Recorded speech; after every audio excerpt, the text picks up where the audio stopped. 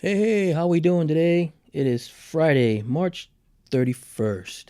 Hope you all had a wonderful week. We have a great show for you lined up today. We have a working girl from the Love Ranch in Nevada. Please welcome to the show, Miss Lexie James. How are we doing today? Hey everyone, I'm doing really well. How are you doing, Joe? Oh, doing well, doing well. Hey, can you tell me how did you get involved in this part of the adult industry?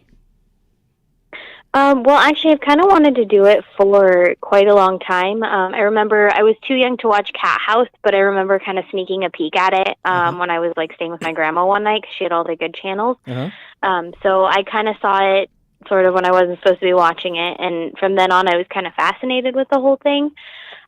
So it kind of took me a while to get into it, and finally, I applied last August, and they asked me to come like the very next day. So it was pretty awesome. All right, all right. That's good to hear. Now, so then obviously you don't have a moral problem with what you do. No, I actually really love what I do. I actually kind of think it actually makes a difference morally. Like, I think it's sort of good to be like sex positive and, really just change that view of sexuality in general. Right, right. And the reason I asked that question is, I mean, you say like you have performers in the adult industry who may not like the opposite sex or their same sex, but they do it because of the money. So that's the reason why I asked that. So, Yeah, are yeah. are many of your clients married men, single, or mixture of both? Or It's a mixture of both. So generally what I find is like the longer parties that are more for like GFE or on the other extreme where it's really extreme kink BDSM parties, those are generally the men that are married because they either are not getting the intimacy they need at home or they have fantasies that maybe they've tried to express to their partner or they're not comfortable expressing to their partner. And then they come to us, because we're professional, we know what we're doing, they feel more comfortable doing those things with us.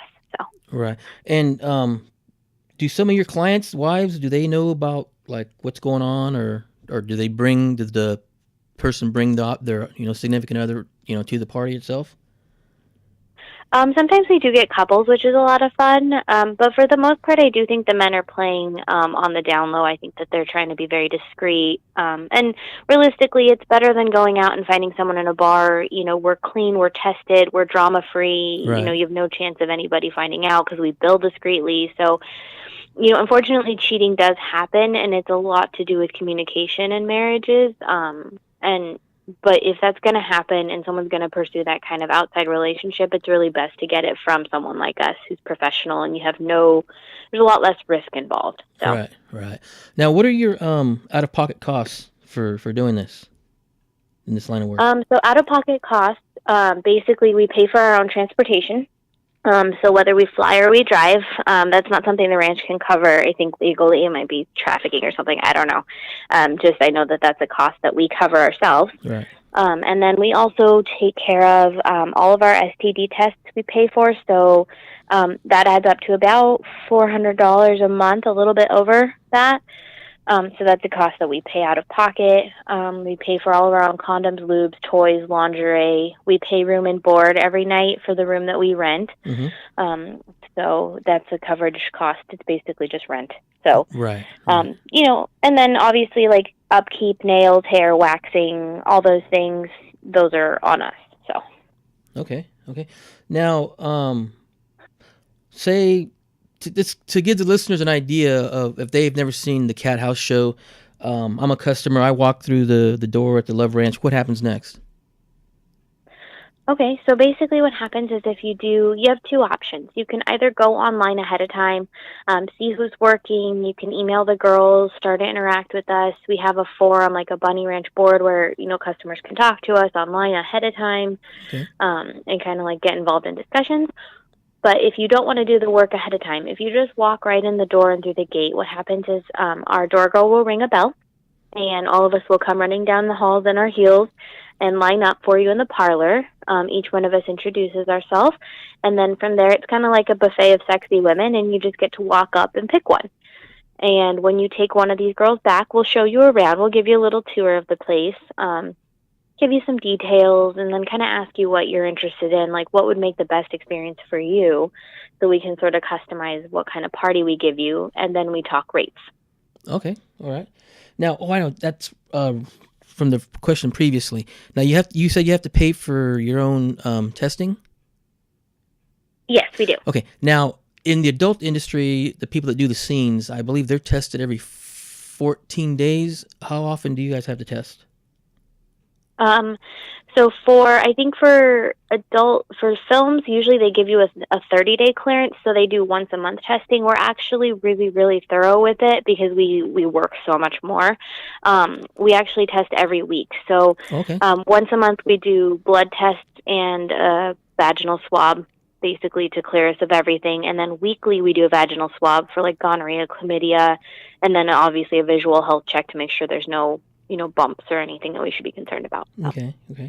Now, obviously, there in Nevada, it's only legal, in certain areas. How do you think? How do you think prostitution would change if it were legalized? And would you want your own child to get involved in this industry later on if they decided to? Okay. I think that it would change drastically if it was legalized and decriminalized everywhere. We have this huge issue right now with human trafficking where all these rings are getting busted. Right. But the reason is because there's a demand for cheap prostitution. Now, if we had it, it's kind of like when we regulated the marijuana thing. I mean, the states are making tons and tons of money off of this because it's finally regulated. There's laws in place. We're able to regulate it better and safer. And so if we did the same thing with prostitution, I think that human trafficking would go down. We'd see a lot less underage prostitution.